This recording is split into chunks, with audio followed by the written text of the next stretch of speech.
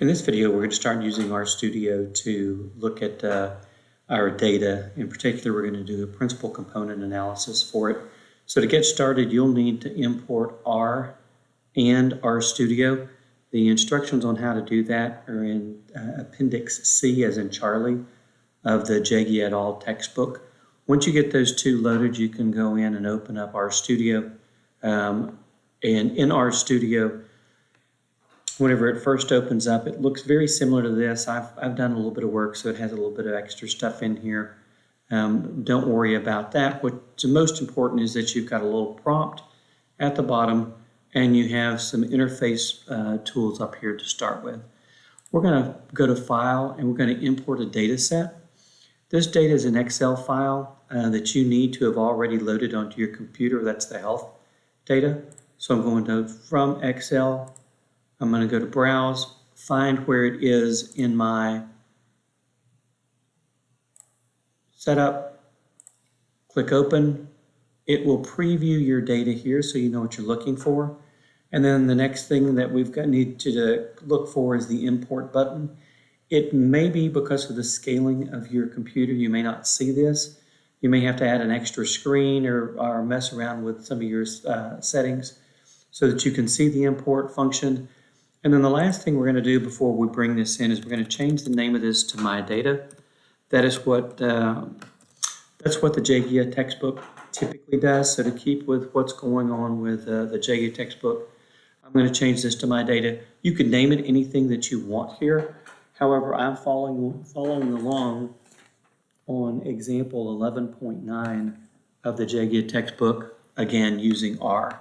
At this point, I'm going to go ahead and import my data. Data comes in. Again, you see the prompts here coming into it. I am now at step B, as in Bravo, of the data, and I'm sorry, on the instructions. And the very next step that it's asking us to do is to standardize our data. And to standardize the data, first of all, make sure that you're on the prompt. Type in the name of your data, whatever you named it.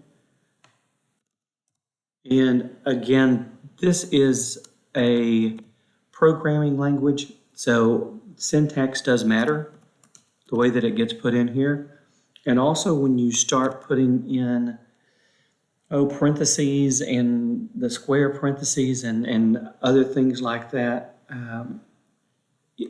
RStudio will automatically add the closing brackets for you to try to help. So let me make sure I get, that is not right. That is correct. And we're going to do a space and -1. At this point, you should have everything that is in step B. Hit enter. The data has been standardized. However, one oddity whenever we're doing this is you can't oftentimes see what's happening. So we need to go in and we need to look at our data. So before we look at it, let's go ahead and just do principal component analysis with it as well. The command for principal component analysis is PCA. And we're going to name this PRNC comp and my data, but we want the standardized version of it. Enter again, and now we can view it by typing in summary. Make sure I spell summary correctly. Summary. PCA, and at this point, this is what the principal component analysis is showing us. All right, and this is it just looks like a lot of numbers when you first get started. However, principal component analysis is trying to take all 12 of the variables that we have, and with these 12 variables, it's trying to do regression lines, all right, all of the information. So it's trying to take these related variables and draw in 12-dimensional space lines that go through that best explain what's going on with our data. Well, since there are 12 variables, we can go up to, as you can see, 12 separate components. However, whenever they do each one of these lines through our data set, trying to explain it, each one of these components explains a proportion of the variance. So the very first line that it draws through, again, from a weighted perspective, it says the most important line that it draws through this 12-dimensional space actually explains 46.62% of all of the variance of all of the variables, okay? That is the largest one. So the cumulative, of course, is just 46.62. The next component that it draws through there, the next line that it draws through, explains another almost 25%. Well, this 25% in our 46% we already have. Now our cumulative percent, these two components explain 71% of our variance. You can see that this continues to go up until we explain all of our variance.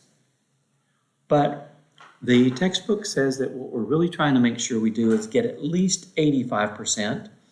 And in this case, if we get 4 components, we can explain 93% of all of the variance that's going on in this data set. All right, let me break that down just a little bit further and show you how this all is fitting in. In step D, or delta, of our instructions from JGIA, it says if we do the rotation of this, it will give us the actual weights for each one of these components. All right, we said that if we go to 4 components, that we were looking at somewhere in the 93% range. Now, if I go into principal component 1, let me see if I can hold that on for a second. You can see here that some of these have stronger weightings than others. As a matter of fact, if I can bring it back up in here,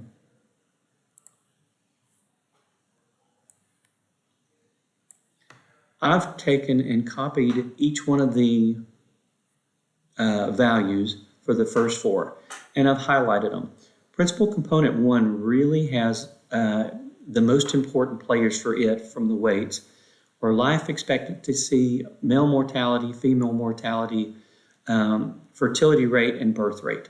So something in component 1 is saying, you know, there's something about our birth rate and mortality rate. That's what that component's really picking up on. Principal component 2, the 2 heaviest weighted, and death rate up here too, it's got a pretty strong one. But female population and male population really are the top 2 components of this. Principal component 3, looking more at total population and labor force. And then finally, principal component 4, heavily weighted towards death rate and health expenditure.